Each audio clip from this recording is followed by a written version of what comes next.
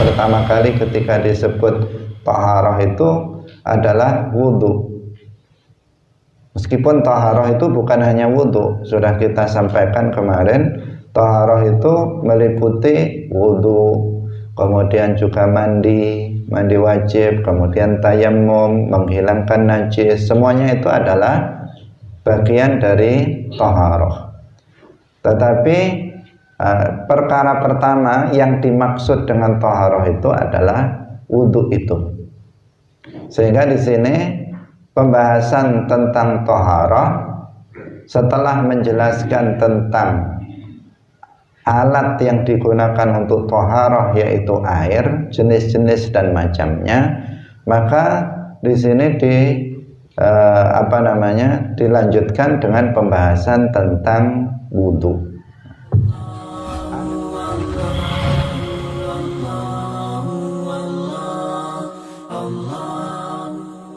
Assalamualaikum warahmatullahi wabarakatuh. Waalaikumsalam warahmatullahi wabarakatuh. Alhamdulillahi rabbil alamin. Lahu ni'matu wa lahul fadlu wa lahu tsana'ul hasan. Wassalawatullahil barrir rahim wal malaikatil muqarrabin ala sayyidina wa maulana Muhammadin wa ala alihi wa ashabihi tayyibin tahirin. Allahumma la sahla illa ma ja'altahu sahla wa anta taj'alul hazna idha syi'ta sahla. Allahumma rzuqna al-ikhlasa fi niyyati wal qawli wal amal, wa ba'du. Ila nabiyil mustafa sallallahu alaihi wasallam wa ikhwanihi minal anbiya'i wal mursalin wasyuhada'i was salihin, khususan ila sultanil awliya asy-syaikh Abdul Qadir al-Jilani wa syaikh Ahmad al-Rifai wa syabahidina Naqsyabandi wa syaikhina Abdullah al-Harari wa ila arwahi muassisi jam'iyyati Nahdlatul Ulama asy-syaikh Muhammad Hashim Asy'ari wa syaikh Bisri Sansuri wa syaikh Abdul Wahab Hasbuwa wa ila arwahi jami'i ahlil qubur minal muslimin wal muslimat wal mu'minin wal mu'minat min masyariqil ardi ila magharibiha, khususan ila arwahi abaina wa ummahatina wa ajdadina wa jaddatina wa masyayikhina wa masyayikhi masyayikhina. Al-Fatihah. A'udzu billahi minasy syaithanir rajim. Bismillahirrahmanirrahim. Alhamdulillahi rabbil alamin. Ar-Rahmanir Rahim. Maliki yaumiddin. Iyyaka na'budu wa iyyaka nasta'in. Ihdinas siratal mustaqim. Siratal ladzina an'amta 'alaihim ghairil maghdubi 'alaihim waladdallin. Amin. Hadirin hadirat kaum muslimin muslimat, pemirsa Madu TV rahimakumullah. Alhamdulillah, puji syukur marilah kita sampaikan kepada Allah Subhanahu wa ta'ala pagi hari ini dengan nikmat-nikmatnya, terutama nikmat taufik. Kita semuanya dikumpulkan oleh Allah Subhanahu wa ta'ala dalam majelis ilmu din, majelis pengajian ilmu agama, pengajian kitab Matan Al-Ghayah wa Taqrib atau yang lebih dikenal dengan Matan Abi Syuja'. Semoga Allah Subhanahu wa ta'ala memberikan pemahaman ilmu agama dan memberikan kemanfaatan ilmu tersebut fid dunia wal akhirah. Amin ya rabbal alamin. Salawat dan salam semoga tetap terlimpahkan kepada Nabi Agung, makhluk yang termulia, Nabi Muhammad sallallahu alaihi wasallam, para sahabatnya, keluarganya, serta seluruh umat Islam yang mengikuti beliau ila yaumil qiyamah. Mari kita ikhlaskan niat kita lillahi ta'ala. Kita baca terlebih dahulu seperti biasa, ditambah furudul wudu. Qala al-muallifu rahimahullahu ta'ala, kitabut taharati, al-miyahul lati yajuzu tathiru biha sab'u miyahin, ma'us samai wa ma'ul bahri wa ma'ul nahri wa ma'ul bi'ri wa ma'ul aini wa ma'ul thalji wa ma'ul baradi. Thumma al-miyahu ala arba'ati aqsamin, tahirun mutahhirun ghairu makruhin wa huwal ma'ul mutlaqu, wa tahirun mutahhirun makruhun wa huwal ma'ul mushammasu, wa tahirun ghairu mutahhirin wa huwal ma'ul musta'malu, wal mutaghayyiru bima khalaqahu minat tahirati, wa ma'un najisun wa huwa alladhi hallat fihi najasatun wa huwa dunal qullataini aw kana qullataini fataghayyara, wal qullatani 500 ritlin baghdadiyyin taqriban fil asahhi. Faslun, wa juludul maitati tatahuru bid-dibaghi illa jildal qalbi wal khinziri wa ma tawallada minhuma aw min ahadihima, wa azmul maitati wa sya'ruha najisun illal adamiyah. Faslun, wala yajuzu isti'malu awani dhahabi wal fiddati wa yajuzu isti'malu ghairihima minal awani. Faslun, as-siwaku mustahabbun fi kulli halin illa ba'da zawali lis-shaimi, wa huwa fi thalathati mawadhi'a ashaddu istihbaban inda taghayyuril fami min azmin wa ghairihi, wa indal qiyami minan naumi, wa indal qiyami ila sholati.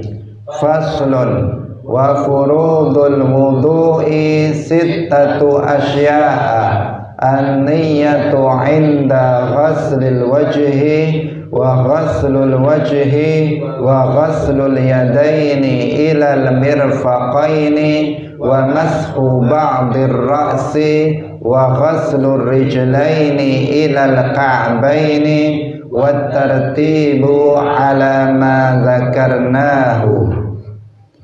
Hadirin hadirat rahimakumullah, kita baca terlebih dahulu. Qala al-muallifu rahimahullahu ta'ala, faslun, utawi iki iku fasal suwiji, wa furudul wudu'i lan utawi pira-pira fardune wudu iku sittatu asya'a, 6 pira-pira perkara.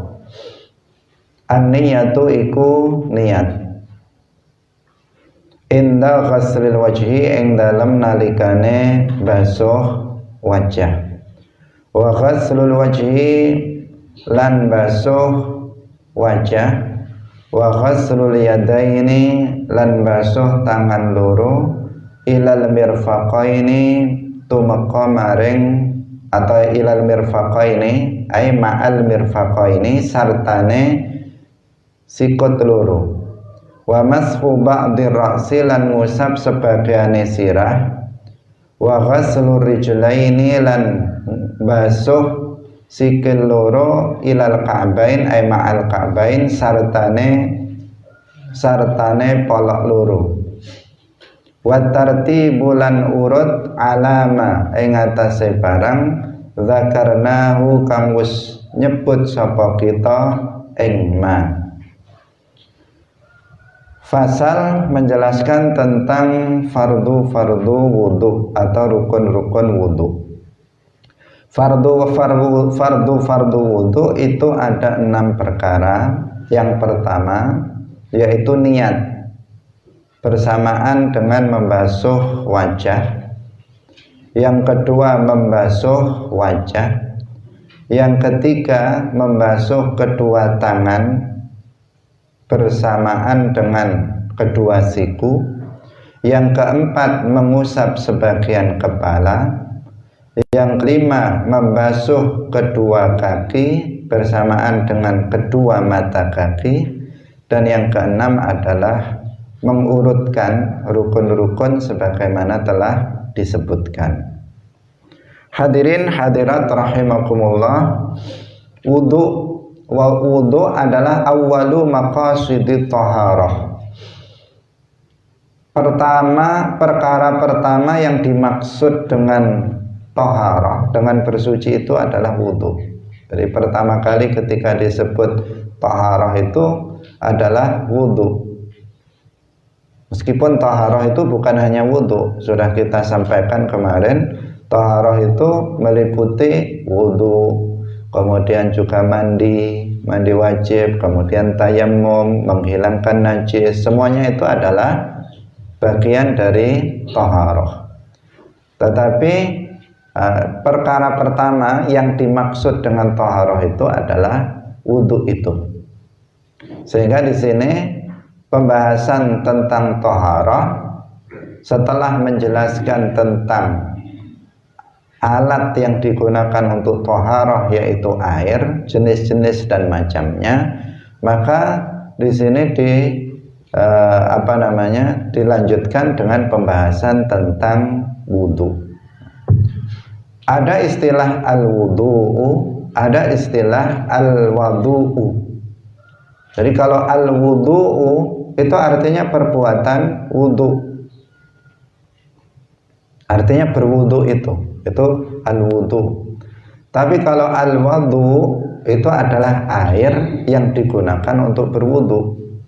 Jadi kalau beda harokat saja, yang pertama wawunya di dhammah, al-wudu'u itu artinya berwudu, perbuatan wudu itu. Kalau di fathah al-wadu'u bukan al-wudu, itu sudah berubah, artinya adalah air yang digunakan untuk berwudu. Jadi begitulah bahasa Arab ini sangat detail, berbeda harokat maka berbeda makna. Satu saja berbeda dari huruf-huruf dalam sebuah kalimat atau sebuah kata, maka itu membedakan makna. Karena itu seseorang harus hati-hati. Makanya ada pelajaran at-tasrif. Itu apa?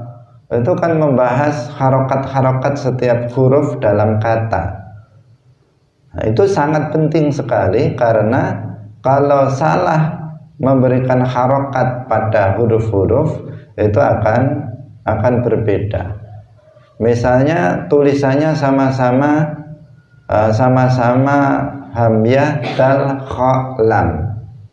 Nah, bisa seseorang membacanya adkhala, bisa seseorang membacanya adkhulu. Kalau adkhala artinya apa? Memasukkan. Kalau adkhulu artinya saya masuk, kan beda. Padahal tulisannya sama, tapi kalau salah memberi harokat, maknanya menjadi beda. Nah, di sini juga al-wudu'u dan al-wadu'u. Kalau dibaca al-wudu, maka artinya perbuatan wudu itu. Tapi kalau diharokati fathah wawunya al-wadu, maka artinya adalah air yang digunakan untuk berwudu. Nah, itulah detailnya dalam bahasa Arab ini, bahasa yang sungguh luar biasa. Karena itu untuk seseorang itu membaca kitab ya, diperlukan yang pertama adalah shorof, yang kedua adalah nahwu. Itu sesuatu yang mutlak untuk dikuasai untuk bisa membaca kitab dengan benar. Kemudian al-wudu itu sendiri secara bahasa itu diambil dari kata al-wadha'ah yang artinya itu indah. Wadha'ah itu artinya apa? Indah.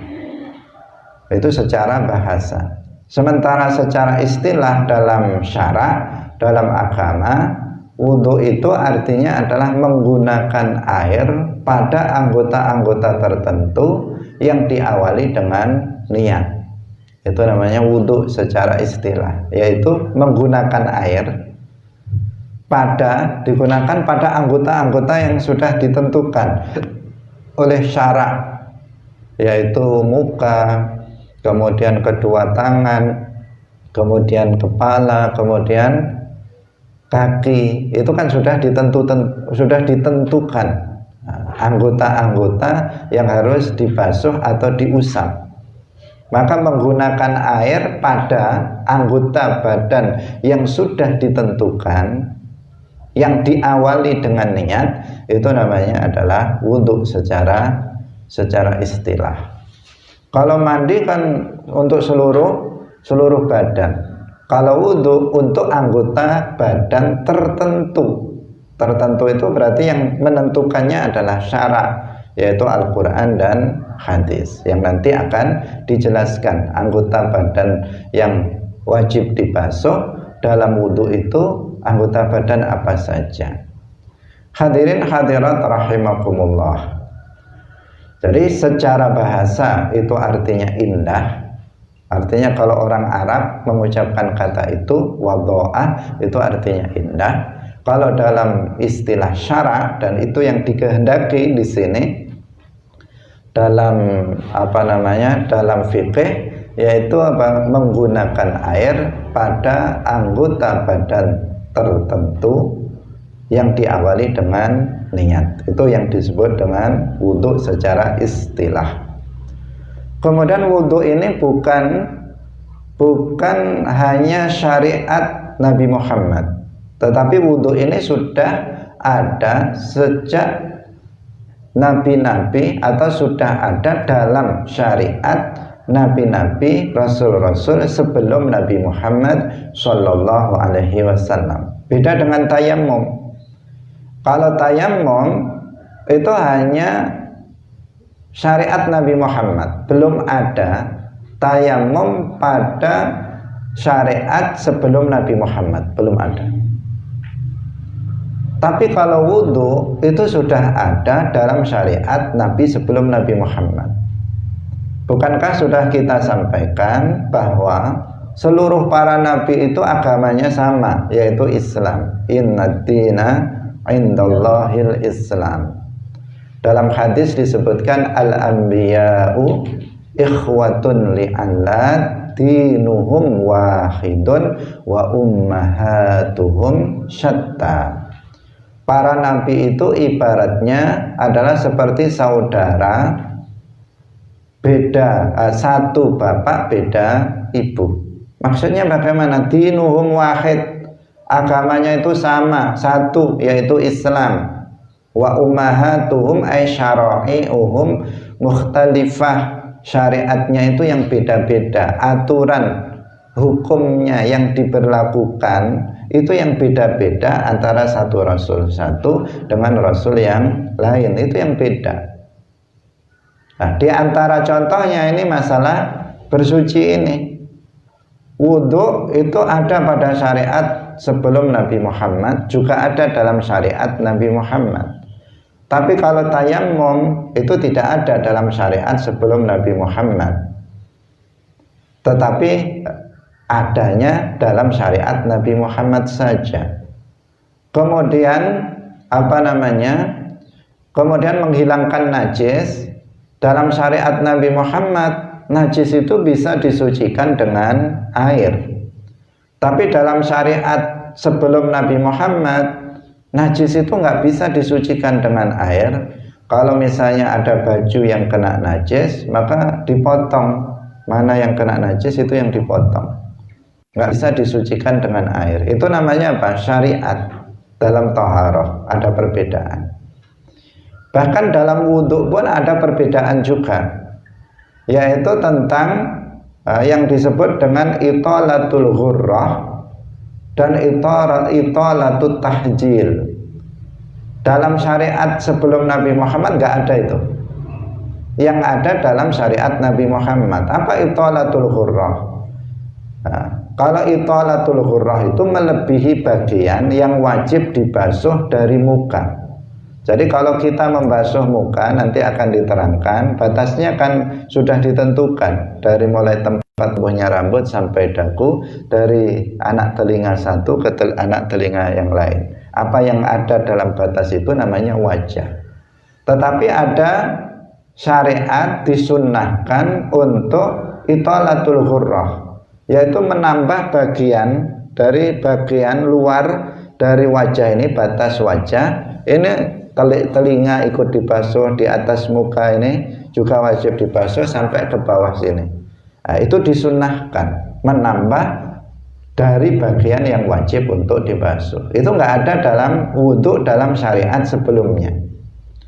Kemudian juga ada italatut tahjil. Italatut tahjil itu melebihi bagian yang wajib dibasuh dari tangan dan kaki. Yang wajib dibasuh itu siku sampai siku. Siku termasuk wajib dibasuh. Tetapi ada syariat disunnahkan kita membasuhnya sampai pertengahan apa ini? Sampai pertengahan lengan. Bukan hanya sampai di sini, tetapi dilebihkan. Kalau kita membasuh kaki, yang wajib itu sampai mata kaki. Tapi kita disunnahkan untuk sampai ke atas, sampai ke betis membasuhnya. Itu syariat ini itu hanya ada dalam wudhu dari syariatnya Nabi Muhammad SAW. Tapi wudhunya itu ada dalam syariat Nabi sebelum Nabi Muhammad SAW. Terbukti Sayyidah Sarah ini istrinya Nabi Ibrahim alaihissalam. Sarah ini ketika akan masuk ke Mesir, daerah yang ketika itu dikuasai oleh seorang raja yang zalim.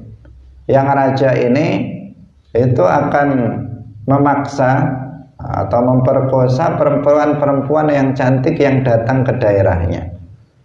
Ketika beliau masuk bersama Nabi Ibrahim ke daerah itu, yang dilakukan beliau apa? Beliau berwudu, mensucikan dirinya dengan cara berwudu. Sehingga ketika Sarah ditangkap, kemudian akan dipaksa oleh si raja zalim itu dipaksa berzina, diperkosa. Ternyata si raja itu kemudian menjadi semacam patung. Dia tidak bisa bergerak, tidak bisa menyentuh Sayyidah Sarah. Kemudian dia meminta dilepaskan oleh Sayyidah Sarah. Kemudian dilepaskan lagi, dia masih pingin lagi menyentuhnya. Tetapi dia kemudian menjadi semacam patung sampai 3 kali, sampai kemudian raja itu menyerah dan mengatakan kepada yang membawa, kalian ini tidak membawa seorang manusia, lepaskan. Bukan hanya dilepaskan, bahkan Sayyidah Sarah kemudian dihadiahi seorang budak perempuan yang namanya Hajar. Yang kemudian Hajar ini dihadiahkan kepada suaminya, yaitu Nabi Ibrahim alaihissalam. Ini menandakan apa? Menandakan bahwa syariat wudhu itu sudah ada sebelum Nabi Muhammad SAW. Beda dengan tayamum, itu yang nggak ada dalam syariat sebelum Nabi Muhammad. Jadi karena memang para nabi itu agamanya sama, semuanya menyembah Allah, semua mengajarkan la ilaha illallah, tetapi hukum yang diterapkan itu berbeda-beda antara satu rasul dengan rasul yang lainnya. Termasuk dalam masalah toharoh itu ada perbedaan.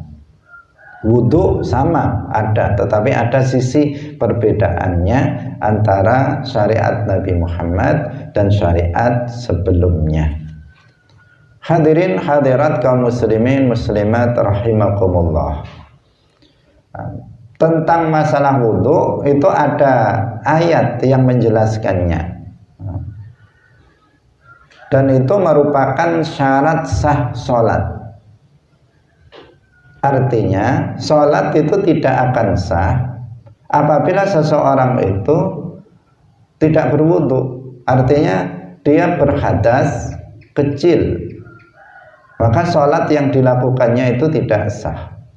Dan ini berdasarkan ayat Al-Quran. Allah subhanahu wa ta'ala berfirman, ya ayyuhalladzina amanu idza qumtum ila sholati faghsilu wujuhakum wa aydiyakum ilal marafiqi wamsahu biru'usikum wa arjulakum ilal ka'bain. Dikatakan dalam surat Al-Maidah ayat 6 bahwa Allah berfirman yang maknanya, wahai orang-orang yang beriman, apabila kamu hendak melaksanakan sholat, maka basuhlah wajah kalian. Faghsilu wujuhakum, basuhlah wajah kalian. Wa aydiyakum ilal marafiqi, dan basuhlah tangan-tangan kalian sampai ke siku. Sampai di sini artinya bersamaan dengan siku. Siku juga termasuk harus dibasuh. Wamsahu biru'usikum, kemudian usaplah kepala kalian, sebagian kepala kalian. Wa arjulakum ilal ka'bain, dan basuhlah kaki-kaki kalian sampai mata kaki, termasuk mata kaki. Nah, ini menunjukkan bahwa syariat wudhu itu disebutkan di dalam Al-Quran yang pertama. Kemudian yang kedua, bahwa wudhu ini menjadi syarat sah dari sholat. Kalau ada seseorang misalnya sholat tanpa wudhu, maka tidak sah sholatnya. Tidak sah sholatnya karena ini adalah syarat sah dari sholat. Sebagaimana menghadap kiblat itu syarat sah sholat, kemudian menutup aurat itu syarat sah sholat, mengetahui masuknya waktu sholat itu syarat sah sholat. Demikian juga berwudu itu adalah syarat sah sholat. Tidak harus seseorang itu setiap kali sholat berwudu, tetapi setiap kali sholat dia harus punya wudu gitu. Jadi artinya dia tidak berhadas kecil. Jangan dipahami nanti berarti syarat sah wudu, syarat sah sholat, setiap kali sholat harus berwudu. Kalau memang dia tidak punya wudu, artinya dia berhadas kecil, ya setiap kali sholat dia berwudu. Tapi kalau misalnya dia tidak berhadas kecil, maka berarti dia masih punya wudu. Berarti dikatakan dia sudah berwudu. Misalnya seseorang sholat zuhur, sebelum sholat zuhur dia berwudu.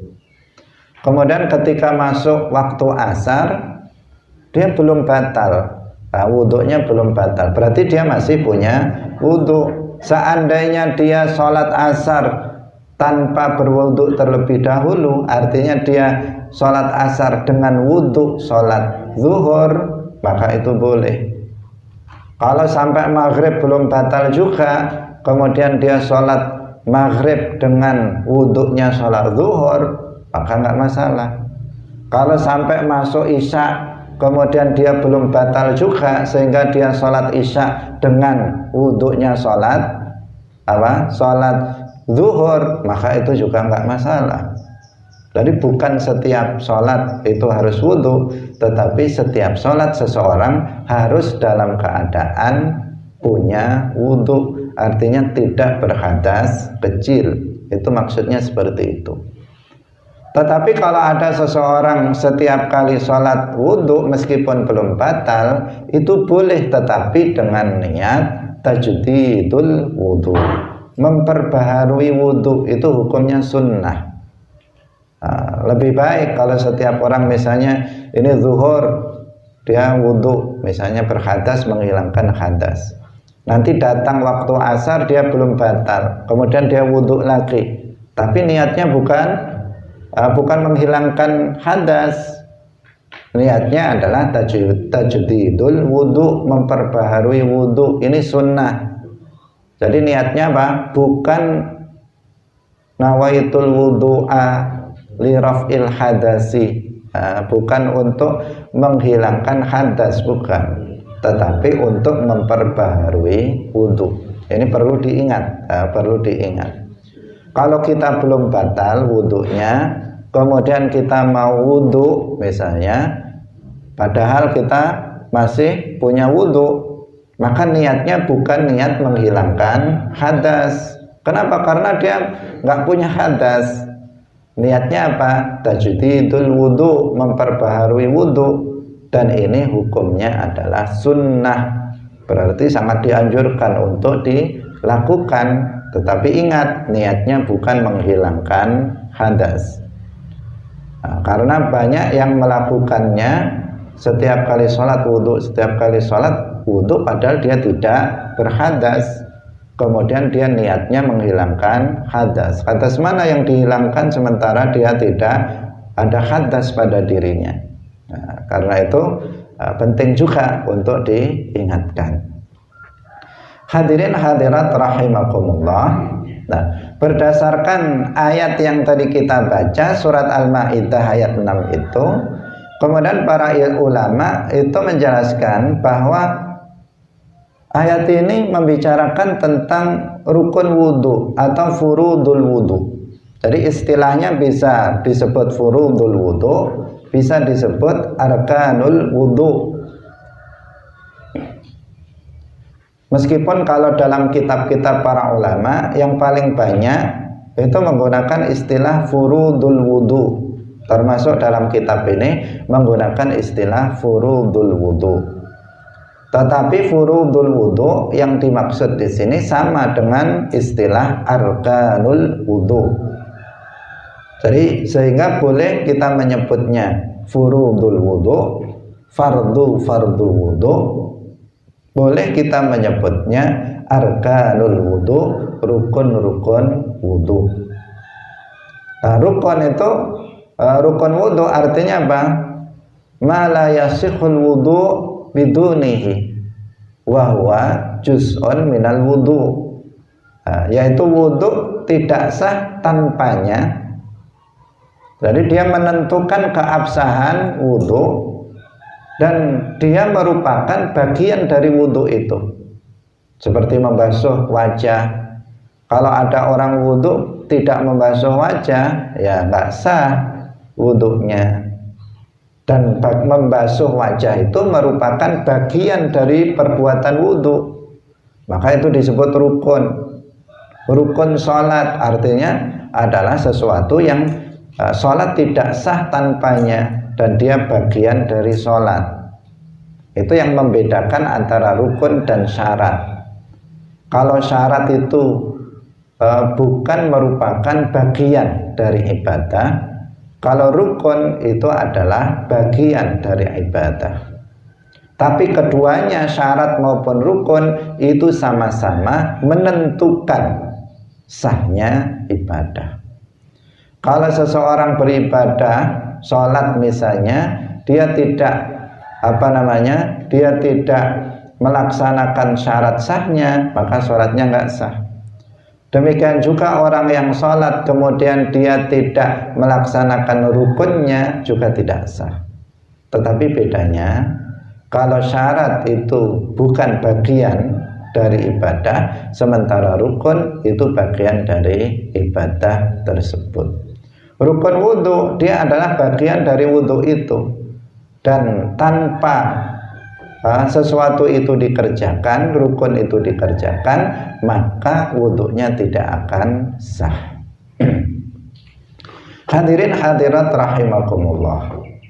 Tapi kalau kita membaca ayat yang tadi, itu disebutkan hanya 4.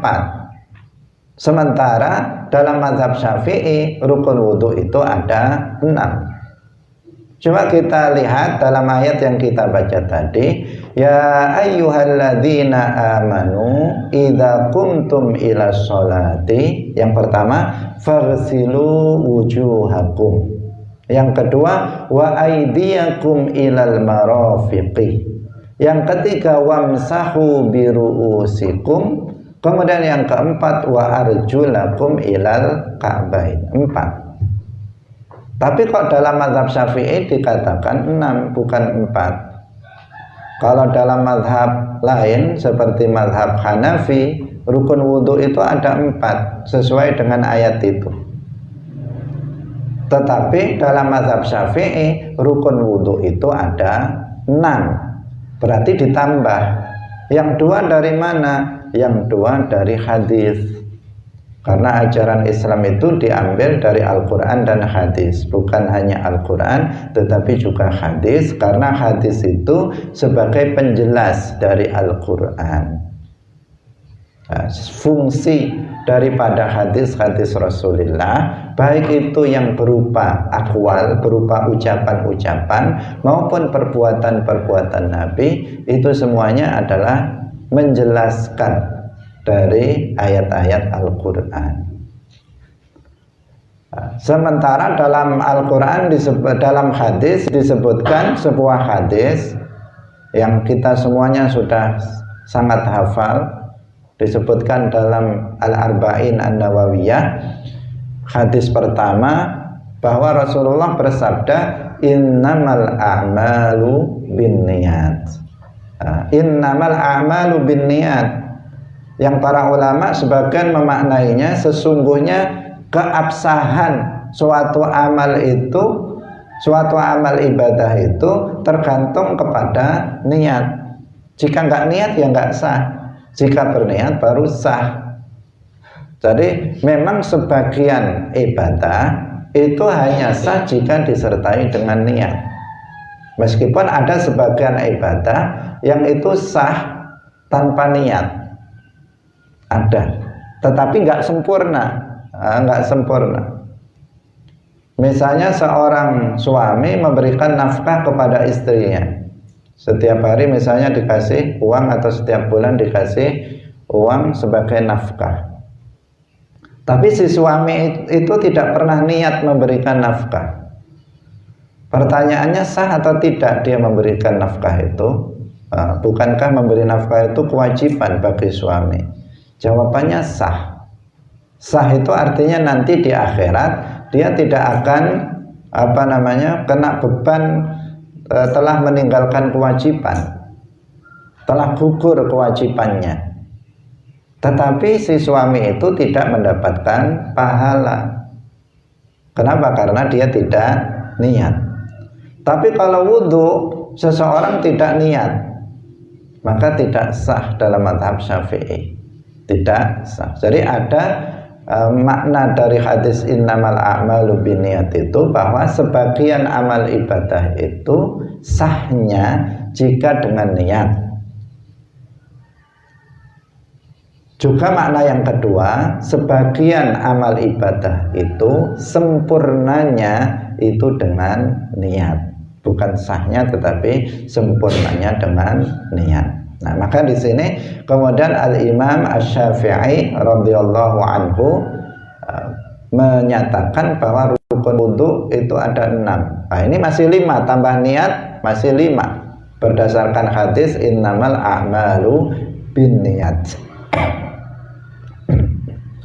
Kemudian tambahannya lagi yang terakhir, berarti nambah di depan sama di belakang, yaitu at-tartib. Ditambahi tartib. Tartib itu diambil dari hadis Rasulullah Shallallahu Alaihi Wasallam. Rasulullah bersabda, Ibda'u bima bada Allah. Ibda'u, mulailah, bima bada Allah, dengan apa yang telah Allah mulai. Jadi di situ ibda'u, mulailah kamu dalam, kalau di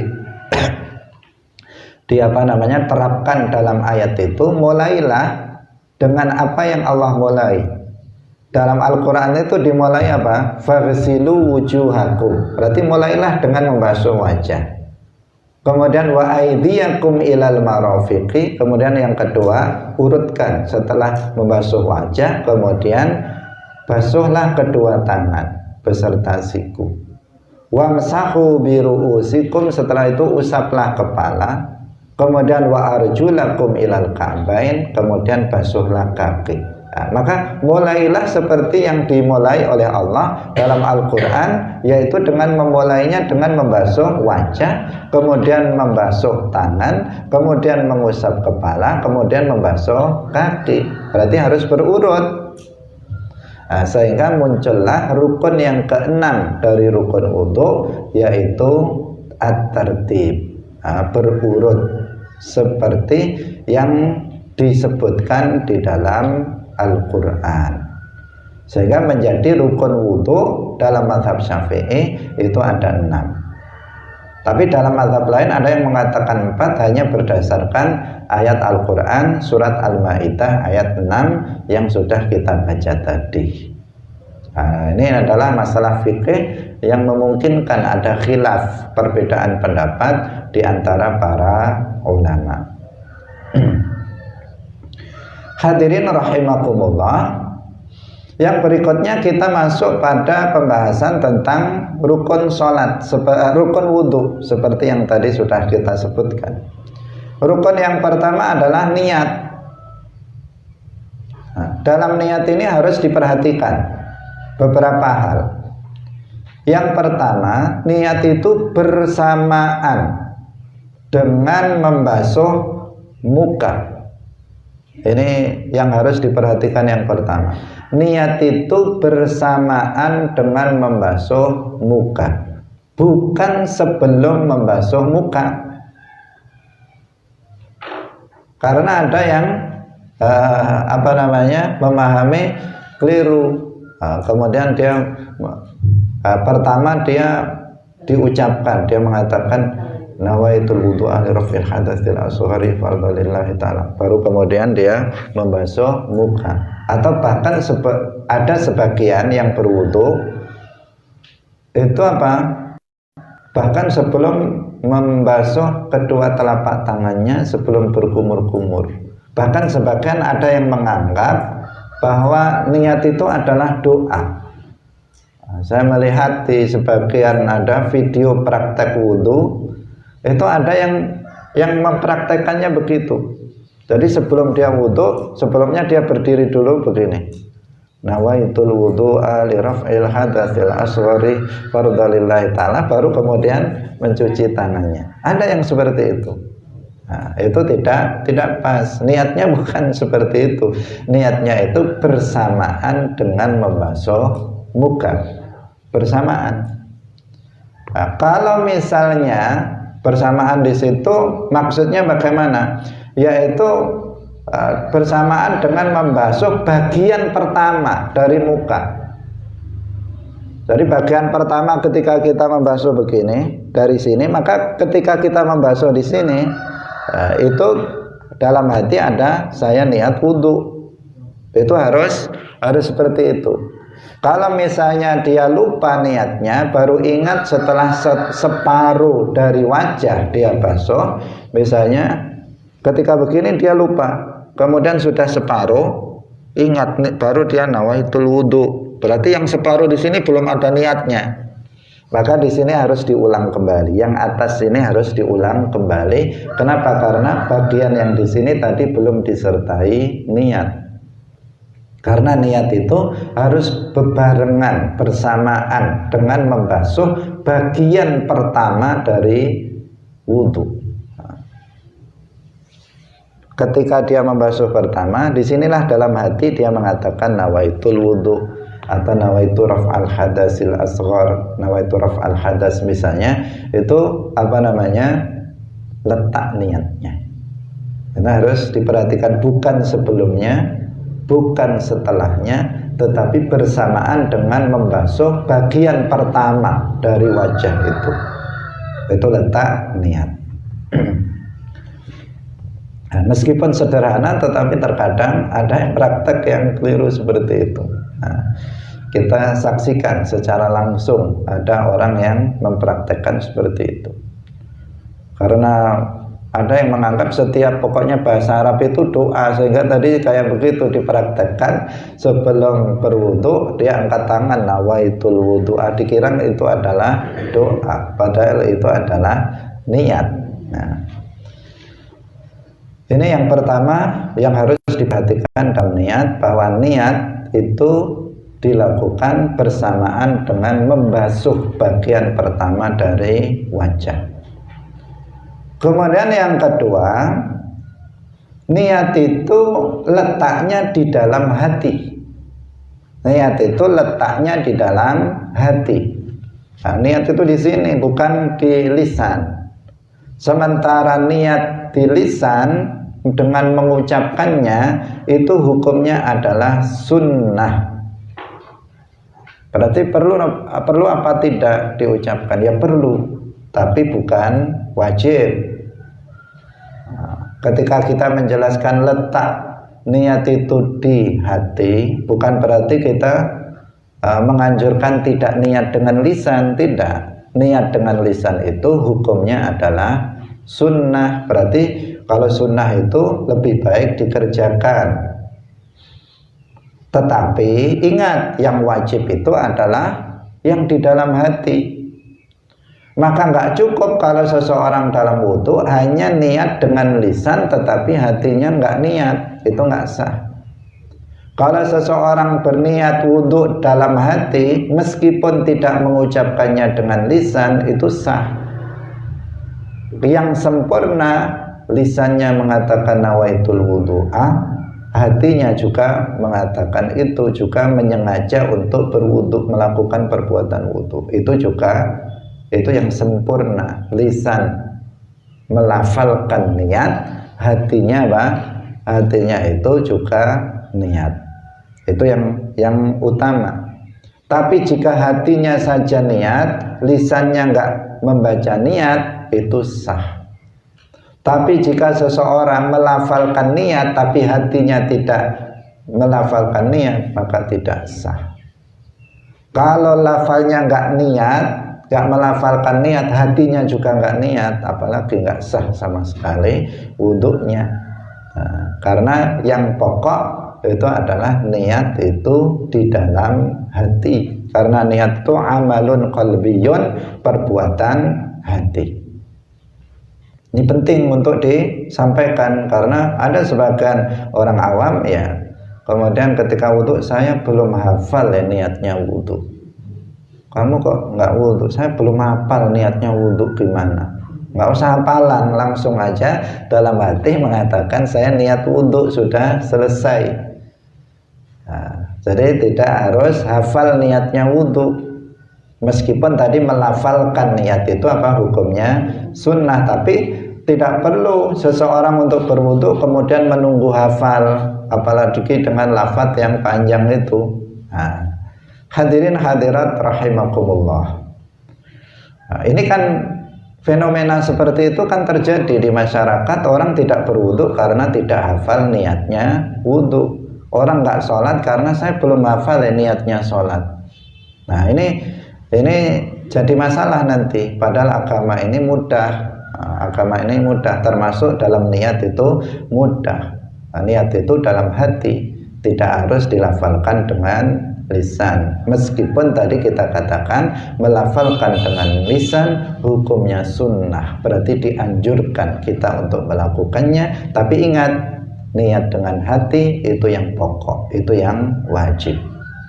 Yang tanpanya maka wudhu seseorang tidak akan sah. Hadirin hadirat kaum muslimin muslimat rahimakumullah.